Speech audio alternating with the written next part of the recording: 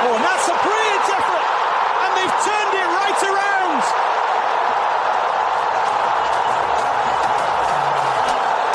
In the space of a few minutes, Saudi Arabia grab control of the game.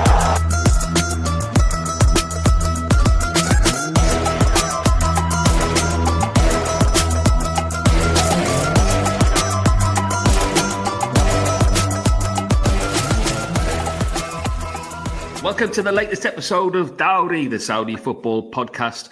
And this week, we're looking at the latest action from the AFC Champions League. I look forward to the upcoming fixtures, of course, in our beloved Saudi Pro League. With me, as always, is Arab News sports editor Ali Khaled. AK, welcome back. Now, before we get to the football, do have to say it's been a massive, massive weekend of sport in Saudi Arabia and Riyadh in particular. Hi, Peter. Good to be back. Two major events over the last few days. The Saudi Cup on Friday and Saturday, as we know, horse racing's most valuable event. And, of course, the main race, the 20 million top prize main race, The Saudi Cup, last night was won by Senor Boscador. I hope I said that right. Just in I didn't make it this year, but I have covered this event in the past. Really, really good. It's like it's since it started in 2020. Honestly, like they went from 0 to 100, as you say. In terms of the quality of horse in a couple racing. Of furlongs. Yeah, in a couple of words. Very good. It just in terms of like the jockeys, in terms of like the horses, the trainers that come there, it's absolutely incredible.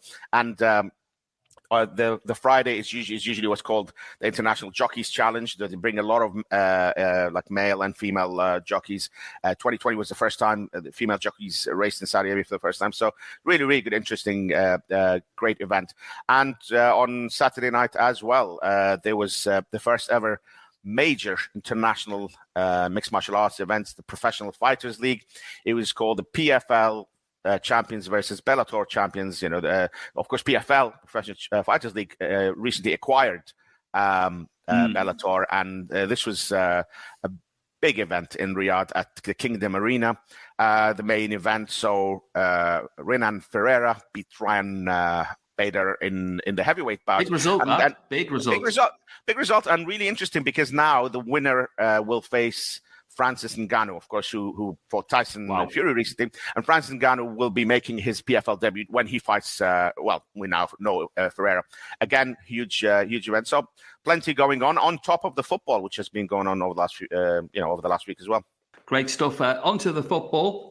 We're in the middle of round 21 of the Saudi Pro League, and there was some continental action in midweek as well.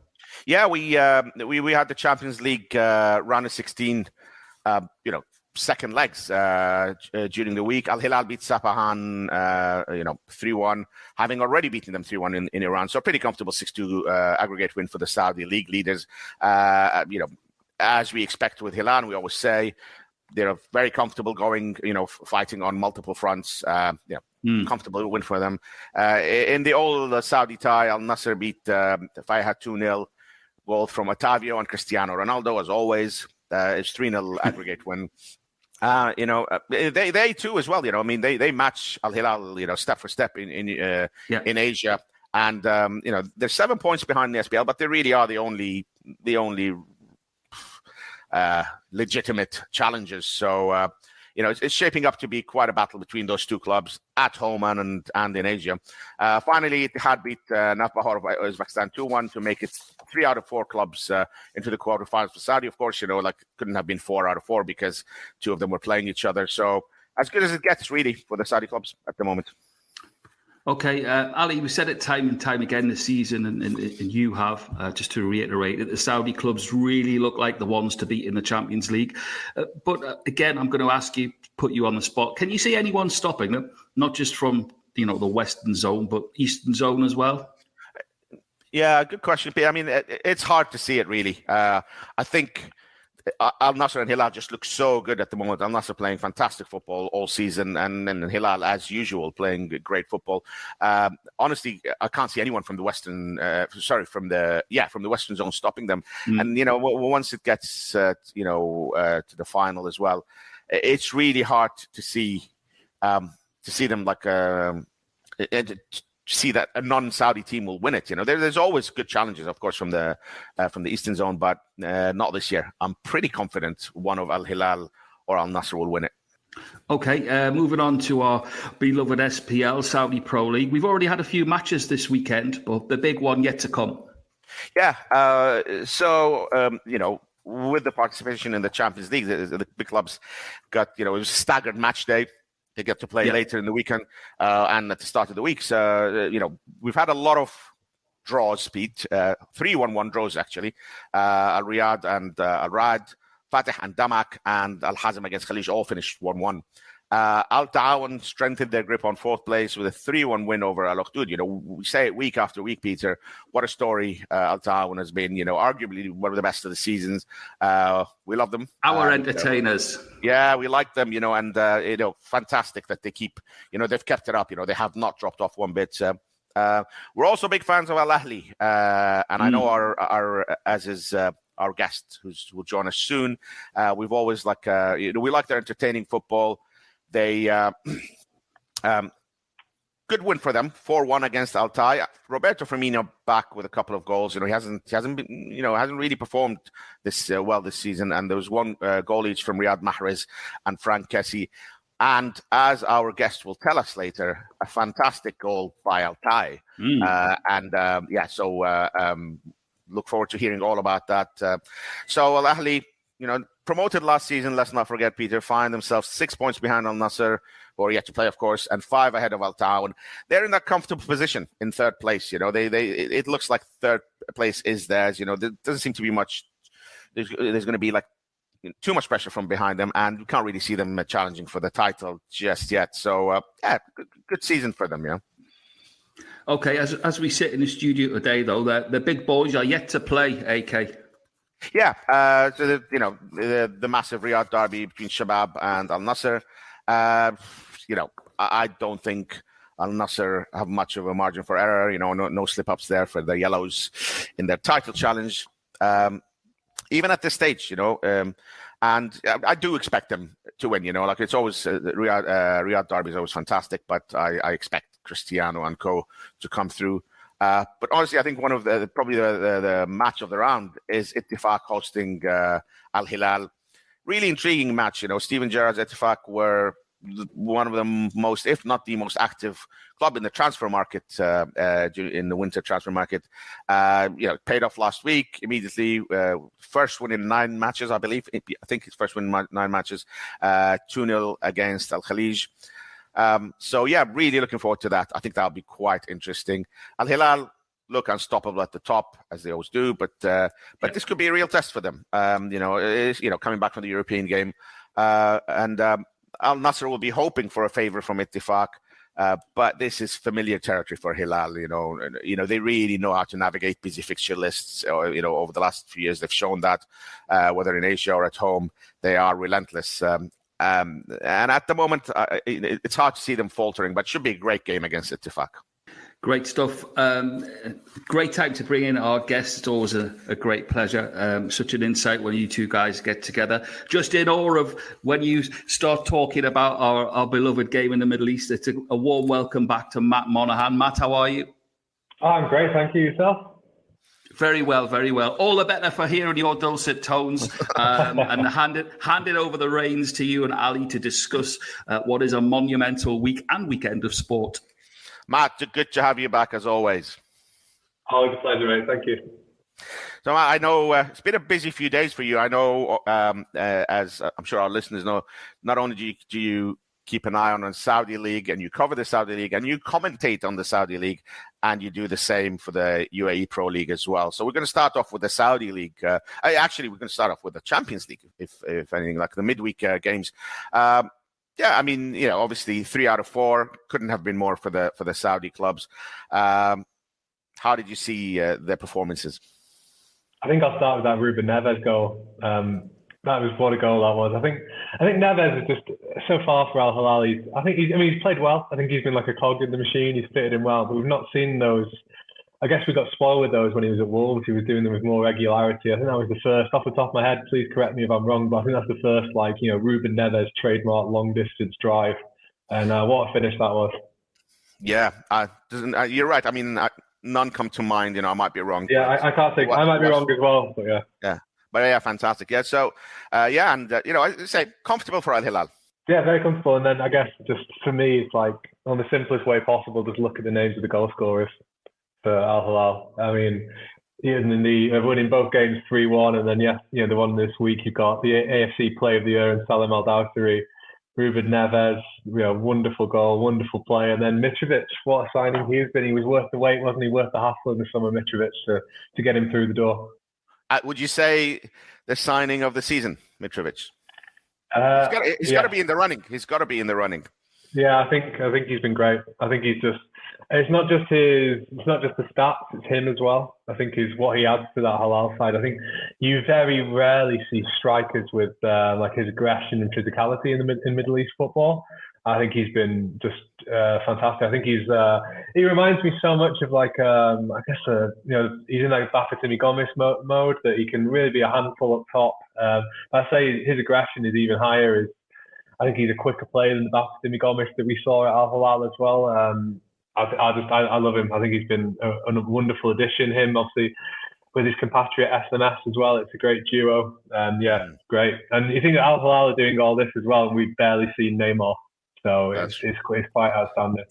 Incredible. And Al-Nassr, I just mentioned earlier that they're obviously Al-Hilal's biggest challenges, both at home and in Asia. I mean, again, matching Al-Hilal step for step in the Champions League. Definitely, I think an underrated player for them is Otavio. He's the current Portugal international midfielder. I think he kind of all the attention is taken by Ronaldo. Then in the summer, like Laporte and Brozovic, I think they were the real, and Mane, of course, as well. But I think Otavio has been excellent whenever I've seen Nassr play. He's such an important player for Castro's tactical setup as well.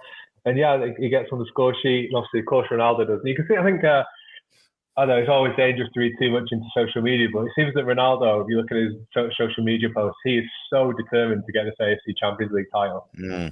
Yeah, I mean, you mentioned Otavio. I'm a big fan of Talisca as well. Anderson Talisca, fantastic player. Really, sort of coming to his own, and obviously one of the ones who have been there for a few years as well.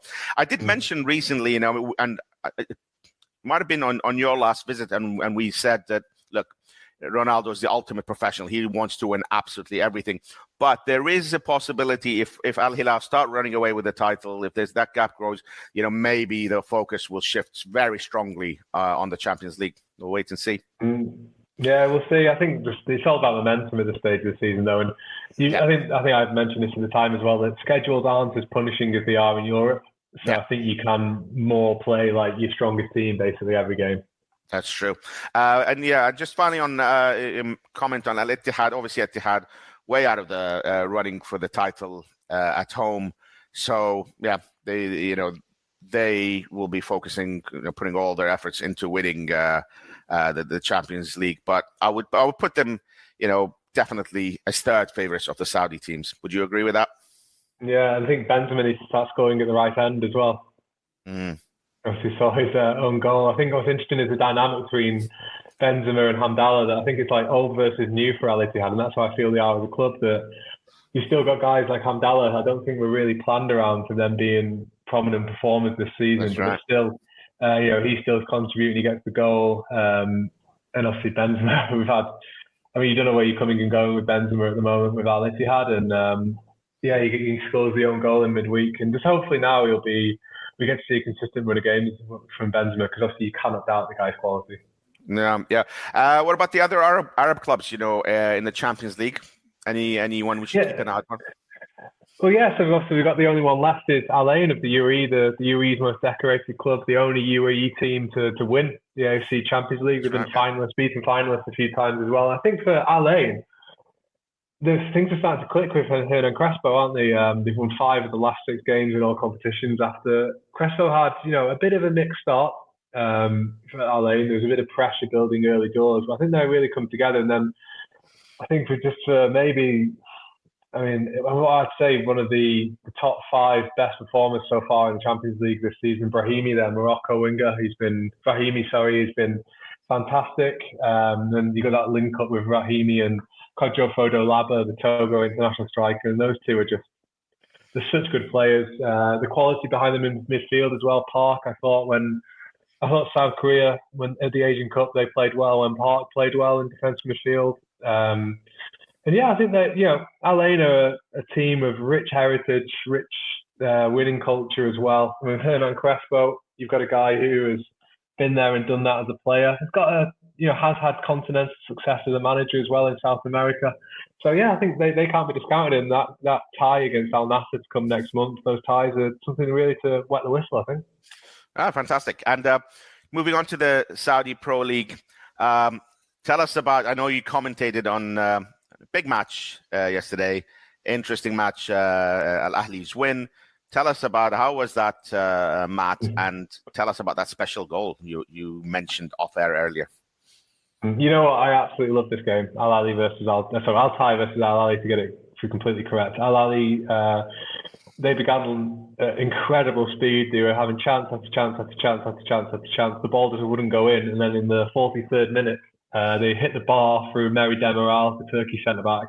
And about 20 seconds later, Bernard Mensah, the Ghana international, had gone from left back spot, run about 60 yards, beating several Al-Ahli players, and then with the calmest finish you've ever seen, just placed it past Edouard Mendy. Of course, it's one of the world's best goalkeepers, completely against the run of play. And it was something that, I don't like to take this guy's name in vain, but it was Maradona 86-esque. It was absolutely incredible goal. And I think, for just to very briefly touch on Al-Tai, Mensah, I think, has got now 8 more goals than any of his teammates. They are in the relegation zone. I think if he hadn't been brought in during the summer and making the impact he is doing, I think they'd be dead and buried now in regards to Roshan Saudi League relegation. But they're still fighting.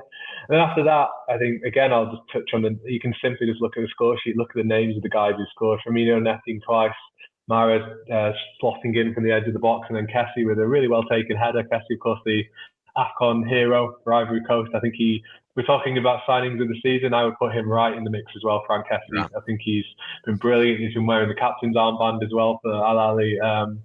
I feel so positive about Al-Ahli. It's not about this season. It's about next season for Al-Ahli. Yeah. Of course, just a bit of context to people tuning in who might not know, Al-Ahli are one of the traditional giants in Saudi Arabia. Then they suffered a shock relegation after several years of incredible underachievement that culminated in relegation. But they're back in the big time this time, and their choice of manager in the Isla, in his mid-30s, obviously did so well with Red Bull Salzburg.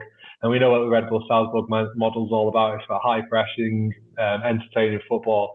And it's a real breath of fresh air for Middle Eastern football. I've got the absolute utmost respect for Castro and Jesus at Al-Hilal and Al-Nassr, but Yaisa's half their age. It's a totally different approach. And I think they're really building. It's a show of character as well. They lost last week.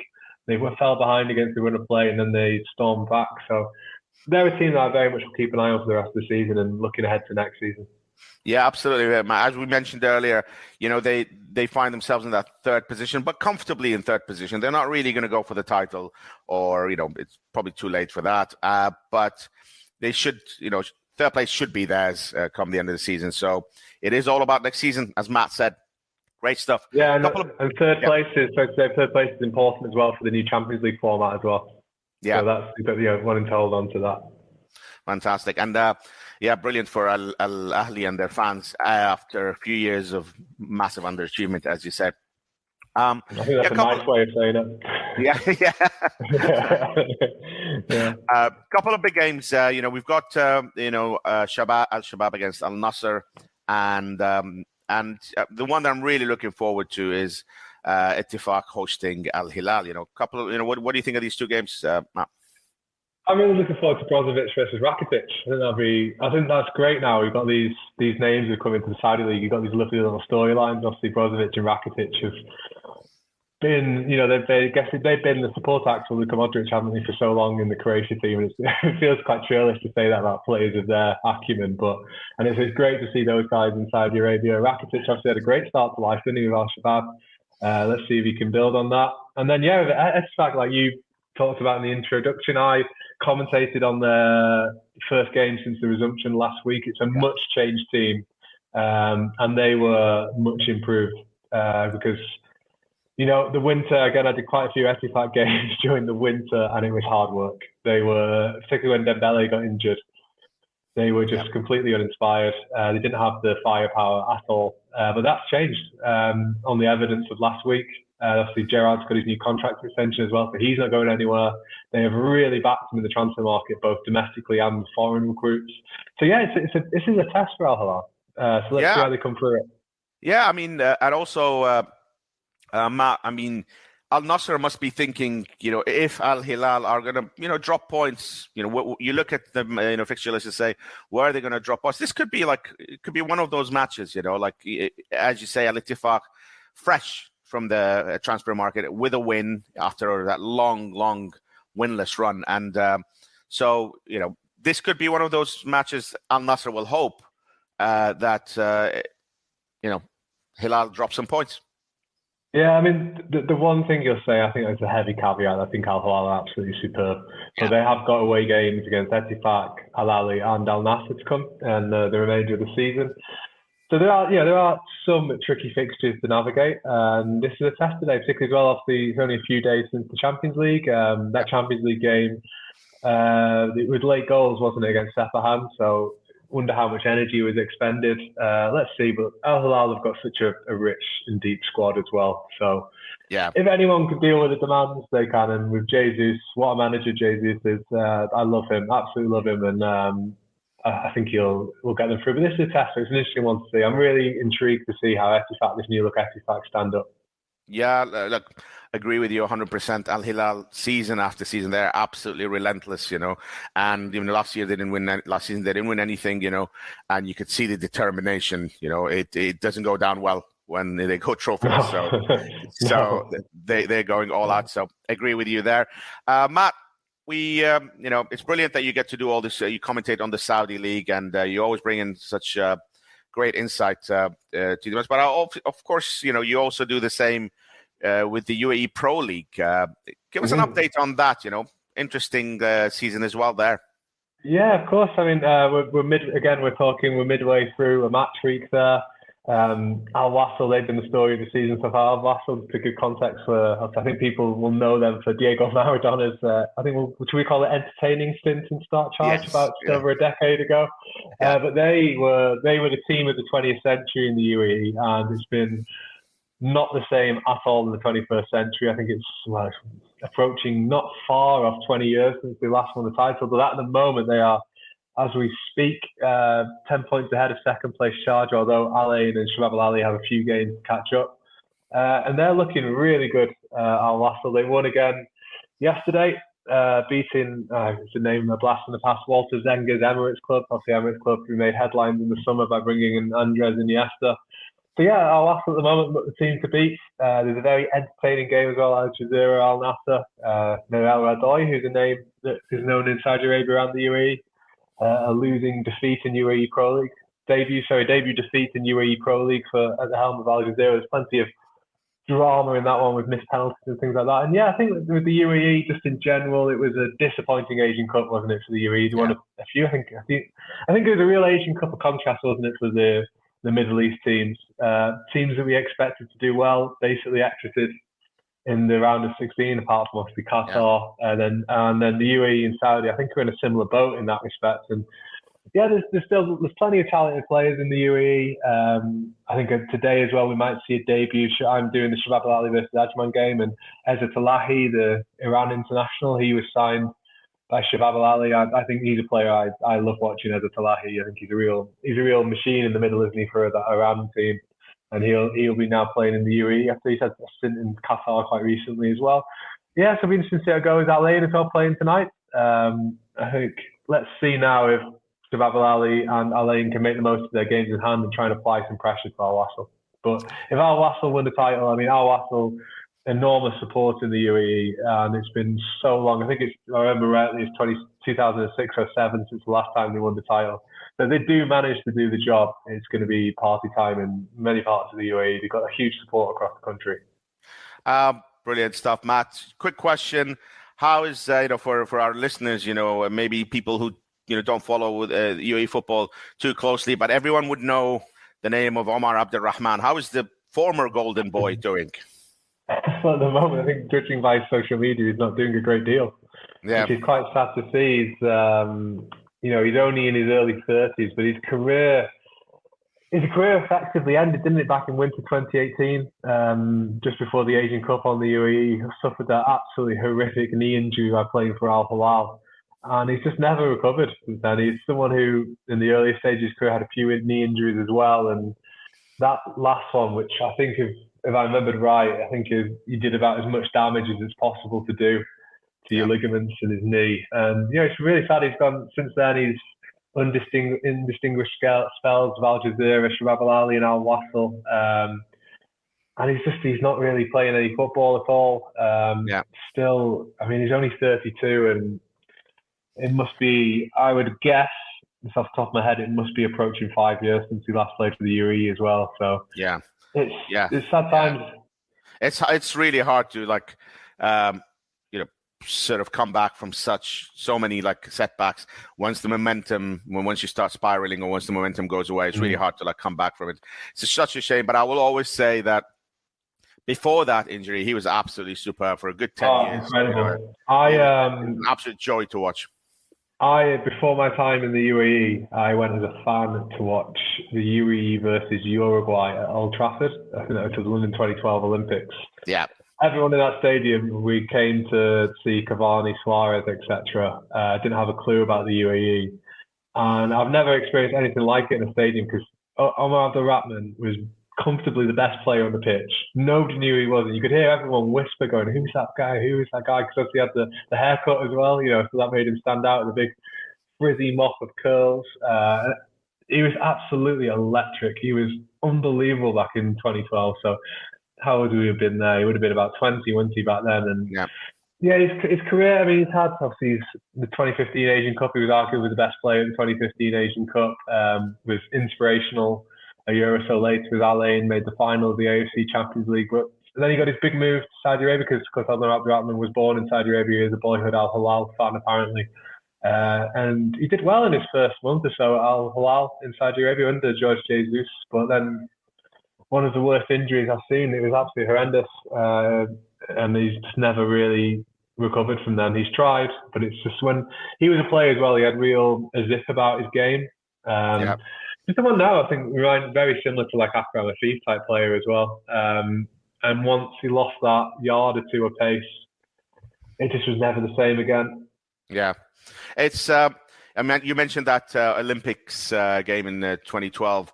If I remember correctly, even Wayne Rooney, I think, tweeted about him, saying something like, "What a player that is!" Quite a few people I remember, in real time, watching him live, was like, "This is what a fantastic player" on Twitter. And after then as well, because he spent some time at City. I remember covering. Obviously, Man City spent quite a bit of time in the UAE, and the players like Vincent Kompany and people like Yaya Toure as well. I don't know how they spoke so highly about Omar Abdulrahman, because I think they've obviously been around him. I think Man City as well, if I remember correctly, back in 2014 played they opened Hazard bin Zayed Stadium with a friendly, and Omar Abdulrahman played in that. And the Man City players were like, "Wow, he's fantastic! He's absolutely fantastic!" And that was what a player he was. Honestly, for me, the peak, as you already mentioned it, the 2015 AFC Asian Cup in Australia. I was there, Matt, as you and I have discussed in the past. I was there following the UAE national team all month, and it was absolutely incredible to see the impact that he had from the first match. I think it was against Qatar. They won 4-1. He was, yeah. Again, the first few, we went outside the stadium after the press conference, and a bunch of kids were waiting. And when he came out, they all rushed him. They took his autograph. In the second game, same. The word had spread. And a bigger crowd was there. Cheering for him and all that. Obviously, very distinctive, very cool looking. And as it went match after match, we had. The Australian press, the foreign press was saying, who is this guy? Why haven't we heard of him? Although, of course, he'd been around for a few years, and they wanted us to translate, just speak to him, translate for them and all that. And by the time they played Australia in the semi-final, I think the local paper, it was in Newcastle, the local paper said, there was one of the papers was stop this man kind of thing. And it was absolutely incredible. And to me, the peak of Omar Abdulrahman. So, yeah, it was a joy to watch, a real joy to watch. Brilliant stuff. Thanks a lot. I will hand you over to Peter. Brilliant. Fascinating insights as always. Look, it's going to be no surprise now because Matt knows the drill. We do, as always. My line's breaking up, I think. You're cracking up, Pete. You're cracking up. Nice try. But it's our time for our brilliant where we put you both on the spot. And I love this bit. 2 predictions from you both this week. First of all, Matt, we will come to you. First off, we're going to ask you for a prediction on Shabab versus Nassr, and then, of course, Etifak against Hilal. I'm going to be quite boring and go with the form on this one. I think Nassr and Hilal. I think they'll be entertaining contests. I really do, but I think Etifak and Hilal will be closer than Shabab and Nassr. Okay, good stuff. Same for you, Ali Khaled. Yeah, I can't argue with that. I think especially Shabab and Nassr, I can see Al-Nassr winning quite comfortably. I'm going to go for 3-0 or 3-1. I'll say Shabab 1, Al-Nassr 3. I agree with Matt. I think the other one, it will be tight. But, look, when Hilal and Nassr are in the form that they are, it's a bit like when you watch Manchester City or Bayern Munich, just romp to the title. They go into matches and you expect them to win, and most of the time comfortably. I know Bayern Munich are not playing very well at the moment, but in general, like usually.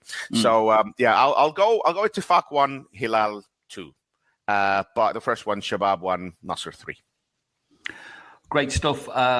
That's just about it. So all that remains is to thank today's guest. And let me just add to this for those of you that listen to the podcast. If anyone can come to me and give me the names of 2 people who are more up to date with their football stats and opinions, then please do, because I can't figure out. It's always a joy to have these 2 together. So a massive thank you to Matt Monaghan and, of course, our very own Arab News sports editor, Ali Khaled. We will see you on the next episode of Dawri. Until then, take care.